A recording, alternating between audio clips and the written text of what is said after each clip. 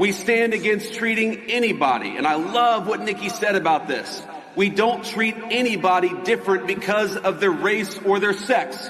So we have relegated DEI to the dustbin of history, which is exactly where it belongs.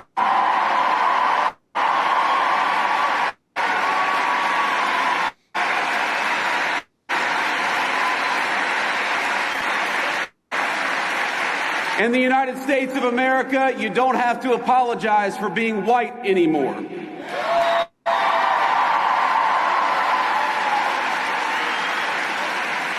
And if you're an Asian, you don't have to talk around your skin color when you're applying for college, because we judge people based on who they are, not on ethnicity and things they can't control.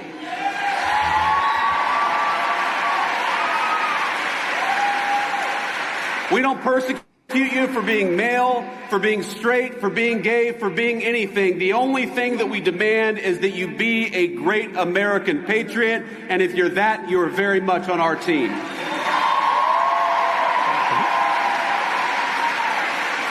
In the United States of America, you don't have to apologize for being white anymore.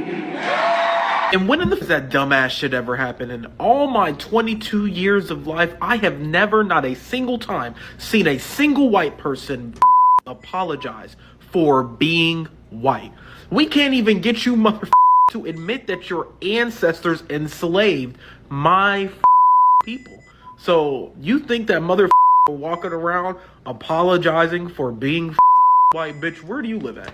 Where in the do you live at? Were these same white people that just voted in a racist who said that they would rather have that man in the presidency than a black woman, overqualified black woman? Where are these white people that are apologizing for being white? Because if white people were really that, oh my gosh, I'm so sorry for being white, they wouldn't do any white shit. Some white shit is voting in a racist to the presidency because you hate black people that much. So when is this dumbass shit ever happen? I need to know. Somebody let me know a single time that they have seen a white person apologize for being white, because I never seen no dumbass shit like that.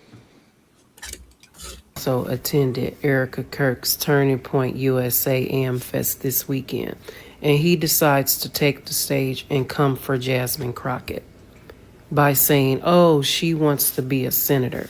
Oh, and her street girl persona is just as fake as her nails.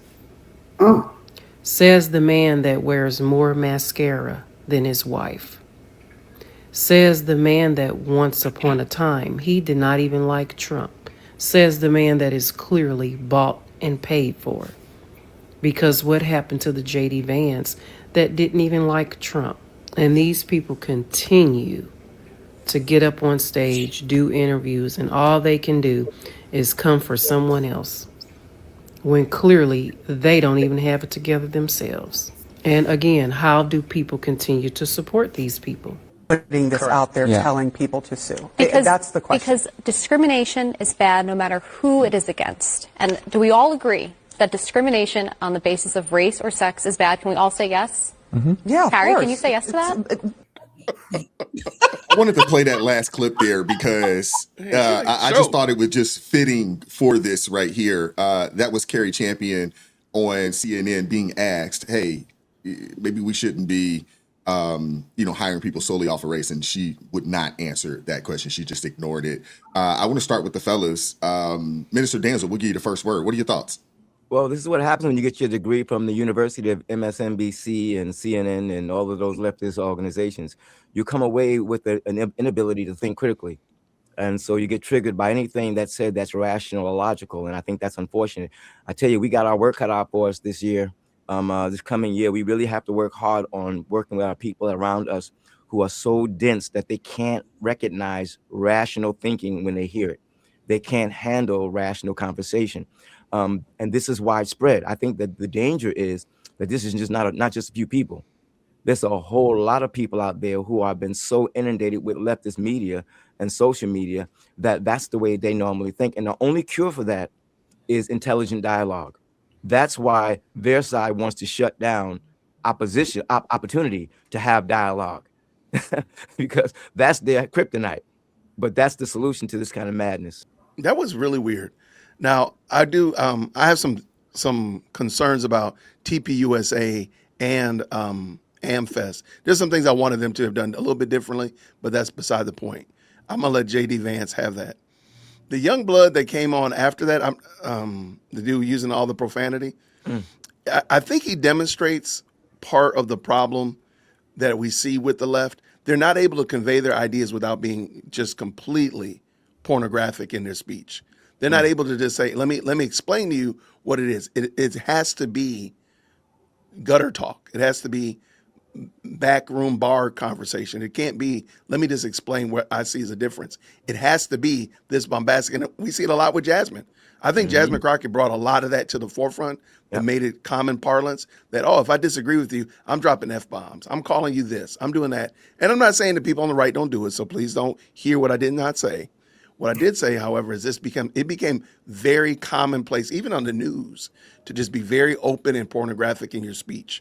And I think that's part of what their problem is. They're not able to convey ideas in a meaningful way without being bombastic. I hate to say it, but I remember Malcolm X said it in the autobiography, like the inability to convey your ideas is evident in the fact that you use such language.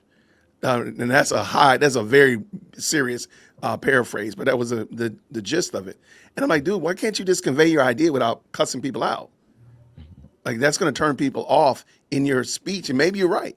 You could have been right, but you turn people off by that. So anyway, that was just my little observation. So shout out to the rest. Yeah. I think a lot of it is, and Messi, she's absolutely right there. She said Gen Z definitely can't articulate themselves, and I think they struggle there. And it's something about that, the folks that are on TikTok, not all, but this is par for the course. This is the type of language and rhetoric that you will hear over on TikTok. I had to take that clip and because there was a whole lot in there, and I tried to get as much of it out as I could, but that was a struggle. That was a struggle. I want to play the rebuttal from Jasmine Crocket, and I want to get the ladies in on this, and then fellas, if you guys want to add something, I'll allow you to do so. But let me play this clip for you guys. Have a quote-unquote street girl persona. I'm sorry, but anybody that you talk to knows my credentials. They know that I've gone to school. They know that I'm educated. I never tried to put on some random story about where I came from. But at the end of the day, I am who I am, and I am authentic. Man, persona. Can somebody, Celeste, could you define persona, what that means? Yes. Persona is a personality affect that you display publicly. Mm-hmm. Yeah. What is this lady talking about? Fake front. Seriously. And that is actually what they are fearful of, is my authenticity, because it rings true with every single American, whether they're a Texan or not. It rings true that I am fighting for real everyday people. And instead of talking about policy, when you're talking about the record speaks for itself, baby, let's talk about your record. Because the only reason you're the vice president is because the current president tried to have his last president killed. Let's talk about qualifications. Let's talk about who has actually been fighting for people way before she ever ran for office, whether it was in the courtroom or if it was in the streets, making sure those that were out there wanting to exercise their constitutional right to come together and protest injustices. I was representing pro bono people that were getting arrested as they were out in the streets. So listen, I don't have time for him and their games. They are scared, and they should be scared. I need Texans to focus in. I need them to think about the fact that our two senators literally just voted against extending the Affordable Care Act tax subsidies that would help almost an additional almost 4 million people that are on the marketplace. In a state where we have 5 million that are completely uninsured, they basically are trying to put another 4 million people off of their insurance. And this is before we endure the cuts that are coming because of the big ugly bill, where we know 17 million people in this country are going to lose their health care. Listen, I'm staying focused. I'm not going to be distracted. And when they can tell me about their policies that are helping Texans, then we can have a conversation. conversation. Until then, take whatever shots you want to take at me, because I have been a black woman my entire life. I promise you, there are other people just like JD Vance who have tried to do the same racist tropes my entire life, and somehow I ascended and became a U.S. Congresswoman. It will not be different when I become a U.S. Senator, and we can have a conversation when I get to the Senate floor if he wants to talk. Celeste, I'll give you the first word on this. You can go wherever you would like to go. Well, I tell you all the time, she's exhausting. The whole situation is exhausting. We are absolutely in a war of ideologies. So when people talk about there's a civil war, there is an ideological civil war going on first. There is one side, which is the side I'm on, which wants to make sure that constitutional rights are secured. There's another side that wants to make sure that special rights are secured. And the problem with special rights are that special rights can be given and taken away.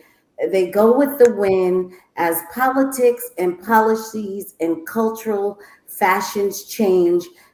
This group can be in favor, and then another group gets in power, and another group is then in favor, and therefore what rights are not guaranteed.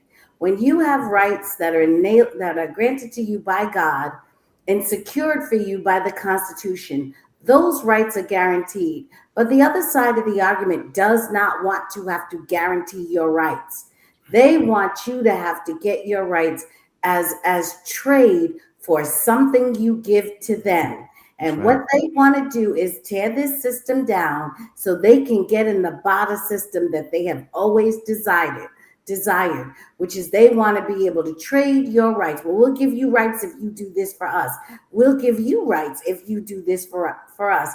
And so they hide behind the mask, or shall I say the collective persona of we care about this group of people and we care about that group of people. And the only thing they really care about is trying to use and promote special rights so they can finally get to, which is their actual goal, which is to be able to say no rights are guaranteed. They're all going to be given and taken away based on whoever's in power, which they believe they can capture the centers of power and have them forever, and therefore you will always be subject to them for their rights. Our founding fathers knew this. They had seen this because this had been the way of the world since the beginning of time, and they decided to depart from that and do something new, which is our constitutionally guaranteed rights. We got to be very suspicious of people who are trying to advocate for special rights for anyone. And I don't care how great the cause is and how sympathetic we may be to the persons involved. You cannot give special rights. The Bible says in Proverbs 6:16-19, it says, there are 6 things the Lord hates. No, 7 things he detests. Haughty eyes, a lying tongue, hands that kill the innocent, a heart that plots evil, feet that race to do wrong, a false witness who pours out lies, a person who sows discord in a family. Jasmine actually covers just about every one of those things the Lord hates. And I think she needs to go revisit the scriptures because she embodies exactly a good portion of that. The thing with Jasmine Crocket is, we saw what Jasmine was when we first met her. Everyone goes back to the old clips of her. The old clips of her that she never spoke like that. She never carried herself like that. She never behaved as such. And she's upset because JD Vance said that her fake persona is as fake as her nails. But nothing that he said was wrong because your persona is not real. What you are giving the world is not real. That is not who you are. And people want to talk about how overqualified you are, but no one can see that because of all your gutter bunny behavior. What do you expect? Everybody's going to see your gutter bunny behavior because that is what you want people to see. You don't want people to see that you have any kind of intelligence and that you know what you're doing. You don't want people to see your accolades. You want people to see that you are some gutter bunny off the street that always popping her mouth, shaking her head, cussing somebody. That is what she likes to do. She likes to portray that gutter bunny behavior. So you can't get upset when somebody calls out that bad behavior, because that's who you want the world to know you as. And my problem with her is that she does this and then she turns around and then wants to play like, well, no, all that I've done. Again, please list all of the things that you got to accomplish for TX30 that I missed. Because I've been going through and looking through TX30 to see the things that you TX30 in the have. building. Exactly, for what they needed done for their community. I'm trying to see what you have got accomplished. If you so overqualified, why wasn't anything accomplished for the place that you represent? This is your community. Why haven't you done anything? I'm so confused. You can't yell overqualified and you have done nothing. Like that those two don't go together. That means you are not qualified. Then when she talked about the last president tried to have the other president, the current president tried to have the last president taken out. I'm sorry. Did I miss? Was Joe Biden the one in Butler? Or did I miss something? Because I'm sure how Butler will look. It was Trump who's got clipped. It wasn't Biden. But again, her lying tongue. She doesn't even know how to. It's like, listen, it just oozes out of her. Lies just ooze out of her. She doesn't know what else to do but to lie. And it irritates me because they try to gaslight you, because it's like you literally have to stop. Wait a minute. Wait, who killed who? My whole entire TikTok feed was like, who she said tried to take who? Because we were confused. Are you trying to switch it? Like, did I miss something?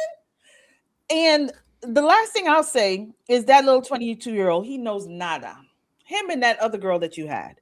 Because I already told you I was in the liberal movement. I was on the left before I came to the right. And I'm gonna tell y'all right now, white people found themselves apologizing all the time. In fact, the whole liberal movement is a bunch of white people apologizing for their whiteness. Yes. They constantly, we would start meetings. When I used to work in a nonprofit organizations, white people would get up to apologize for their whiteness constantly. And it used to all the time. Yeah.